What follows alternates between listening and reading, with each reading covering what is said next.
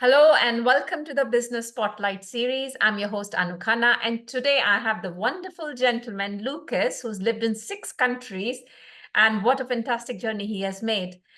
He is CEO of Corplex Limited. Lucas, would you like to introduce yourself and tell us a bit more about what you do? Yes, I'm Lucas van der Schalk. I live here in the UK. We have Corplex is a company that makes reusable packaging out of corrugated plastic, or otherwise known as Corex here in the UK. We have plants here. We have 11 plants all over the world. We have one in the US. We have plants in France, the UK, Spain, Slovakia, and then we have we serve the whole of Europe realistically with that packaging. We're the biggest in Europe for that, and we're about 180 million euros of turnover. Amazing. Wow, what would you say is your uniqueness in packaging? What do you really stand for? So for us, it is all about reusability. People talk about recycling all the time. I'm not a believer in recycling. In fact, I believe in 5 R's, and the 5 R's are remove. So if you don't need it, you shouldn't put anything in there, especially in packaging. Remove all the packaging. If you can't remove the packaging, then reduce the amount of packaging you use. Then once you get to that, you go to reuse, and only then, after you've got no more choice but to recycle what you've reused because it's been broken or whatever, you then recycle it, and then it goes back into the same loop again. I mean, we've got a number of different products that we've used for 7 years, and we've used the same raw materials for it and just reused it and reused it all the time. The customers love it. It means that you have very little impact from material differences and material fluctuations.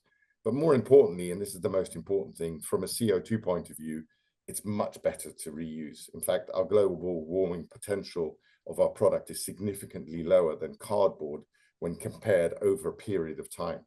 So, I mean, if you start talking about the recycling bit, cardboard, when you recycle it, generates about 450 kilos of CO2. When you recycle plastic, ours, the polypropylene, only 180 kilos of CO2. So actually, there's a third amount of CO2 generated when you recycle plastic compared to cardboard. If you then also think that cardboard is used once and the plastic is reused, immediately you get an immediate payback. Now, obviously, you need generate more CO2 making the plastic in the first place, but once it's there, you can just reuse it and reuse it and reuse it, which is not the case of cardboard. Oh, wow, fantastic. I'm learning something here. Just to make sure I've got all the R's, you said remove, reduce, recycle, reuse? No, remove, reduce, reuse, recycle. And then the final one is repurpose. So repurpose can be a number of different things. You either downcycle, so you take a bit of plastic and make it into a block, or you can use it to burn it and generate electricity.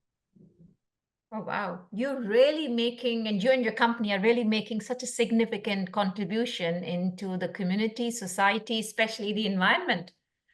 That's what we're trying. And it's interesting the story about plastics, because actually there's good plastics and bad plastics. I like to think that we have good plastics and we use the good plastics. The bad plastics are all the single-use plastics. And it's interesting because people talk about recycling the whole time, and that's the concept for everyone to be aware of what's good sustainability. But recycling actually isn't good sustainability. I always like to use the example of the socks that you wear. You don't buy one pair of socks, wear them once, throw them away for someone to recycle, for you to buy them again, for someone to recycle, for you to buy again. No, you take your socks, you wear them, you wash them, you reuse them, and that whole process continues going. And too many people think it's great to recycle, and it's not. And so we're trying very much to bring that picture out everywhere, that actually the good way of going about this is reuse. And it makes sense in many cases as well. We've got an example, for instance, where in flower boxes, we have replaced the whole cardboard fleet that they used to use with exactly the same box in plastic. But where they used the cardboard once, they now use the plastic fleet for 3-4 years. And so instead of spending 3 million a year on cardboard, they've spent one time 3 million, or a little bit more, 6 million on the plastic, but have saved so much money. They've saved more than $1 million a year. Wow. So would you say out of all the R's, is it the reuse one that's most significant? I think that's the most significant. there's a principled part of me which says, actually, I'd like to think of the remove. So one of the things that I tend to do, and we use a lot of, is, I don't know if you can see that, but this is a Corplex cup which we reuse. Right. And I get the water from the tap. So there, you don't even need any packaging because the water comes straight from the tap. But yes, in many cases, you can't actually remove the packaging. You do need to protect things. You need to make it as small as possible. So yeah, the option there is to reuse. And it's interesting, in the UK, it's a concept that existed back 30 years ago, when people used to get their milk delivered by milk float, and they cleaned the bottles, they returned them back. Now, the whole world, because of supermarkets, has gone a different way. In Europe, that's still the case. You still drink your beer from reusable bottles. You still drink your Coke from reusable bottles. And in fact, there's an interesting story there as well, that it's better to drink your Coke from a plastic reusable bottle than a glass one, because the glass is heavier than plastic. So there again, when you ship it around, then you use less CO2 when you ship a plastic bottle around. So there's all sorts of stories. But the one thing I do believe is reuse is very important. And I'm not saying that plastic is the best solution. There's solutions for everything. This aluminium is a good one. Glass is a good one. And in fact, if you're going to use something one time, it's probably better off using aluminium, because that is just as light as plastic, and it can be reused as many times. But glass is the worst thing to recycle. So would you say that if let's say I'm drinking Coke, first option is plastic bottle, second aluminium, you said the cans, and the last one would be the glass? Correct. But you have to make this, there's a distinguish there, because you have to assume that you're reusing the glass bottle, and you have to assume that you're reusing the plastic bottle. Yeah. Obviously, the aluminium can, you're not going to reuse, because that's something that's so when traveling, yes, pick up a can, don't pick up a glass bottle. Right. Well, I'm going to make the significant change, and it's all because of you, Lucas, and I'm sure our audience who's watching this video are going to make this change as well. So thank you for that share. What would you say are the challenges that you face when you are doing the Rs, especially the reuse? What's the bottleneck? What's the challenge? So the biggest challenge is actually to set up the loops for the system. So obviously, if I have a product, it needs to come back to me. So in many cases, there's some easy loops. So if you go from, if you take a company that makes shampoo bottles, and then has them filled. So you should actually go, currently the shampoo bottles go in a cardboard box, get shipped across the road where they get filled, and the cardboard box get thrown away. Now there's a perfect example of using a plastic box, which should go across the road, filled, bottles taken out, box goes back across the road, folded up, and it moves.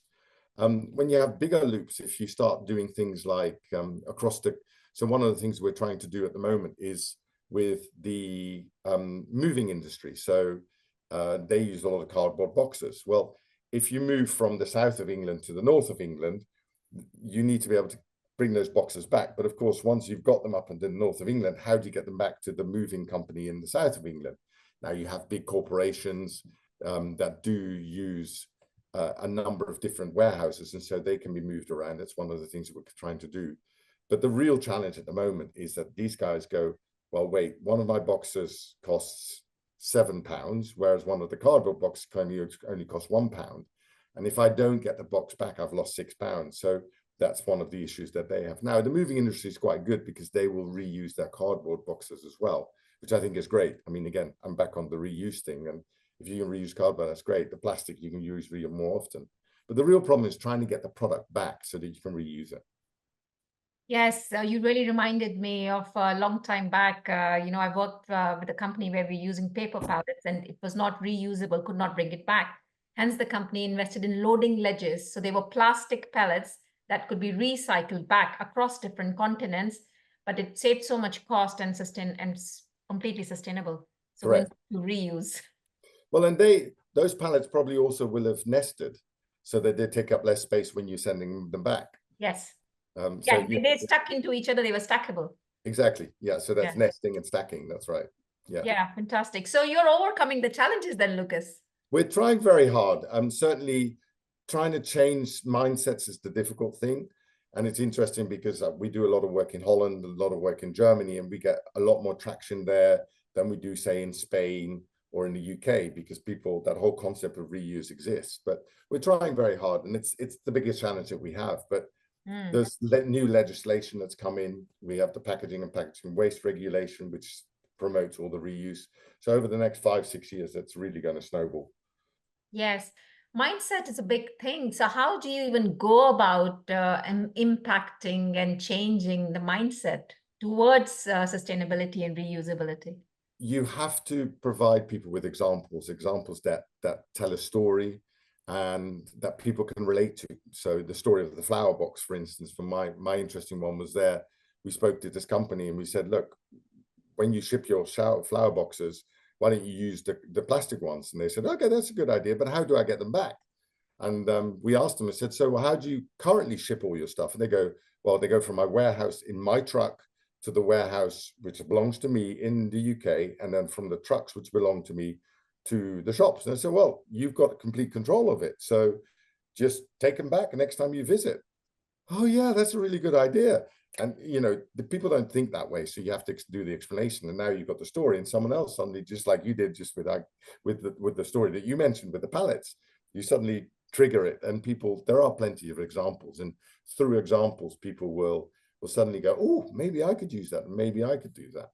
Yeah. And then the other, it's the big thing is, of course, the CO2 saving, the global warming potential that you have reduced. Yes. And I can certainly see, Lucas, when you are involved, when your company is involved, Coplex is involved, you're making these significant contributions and you're securing the R, especially the reusability. It's more where you're not involved and, the discussions are not happening and the companies are not proactively, stepping forward towards sustainability. Then the challenge in mindset, how would you overcome that? So so what we tend to do is we tend to find the customers that are smaller and are happier to take a risk.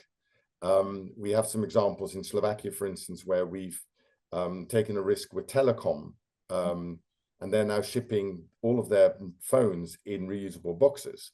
And because Slovakia is only 6 million people, 5 million people, we also found a very entrepreneurial company who did that work, and we worked together with them to develop that, and they picked it up, and now Slovakia's done it. Now it's gone to Czech Republic, now it's going to go to Poland, then it's going to Germany, and so therefore you get this snowball effect.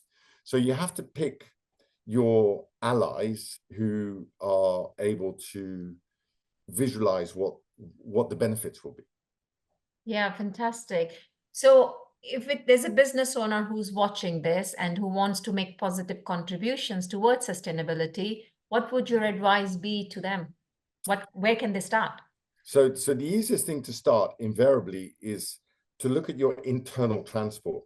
So many businesses will ship something from one place to the other and actually regularly ship from one place to the other. So if you go there every week, you can ship plastic boxes and you can collapse them when they arrive so that they're empty.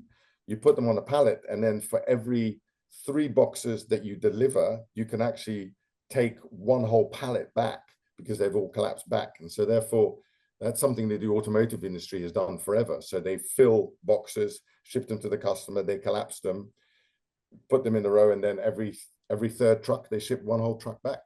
And it saves them a lot of money, not just in terms of packaging, but also in terms of CO2 and cost of transport.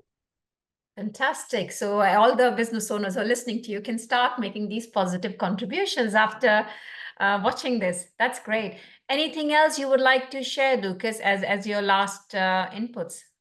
No, I think the real story that people have to remember is that plastic is not bad if it's used properly. And the beauty of plastic is that it collapses, and the beauty of collapsing is that you don't ship air. And the worst thing we can do in this world is ship air. Yes, 100%. Well, I certainly feel benefited because I'll be drinking Coke in a different way going forward now. Very good. I'm glad. Yes. Every step is a good one. Every step counts. Yes. Thank you so much, Lucas, for joining us and sharing your pearls of wisdom with our audience today. We all have benefited very much. Thank you, Anu. Thank you, Lucas. Okay. Bye-bye. Bye.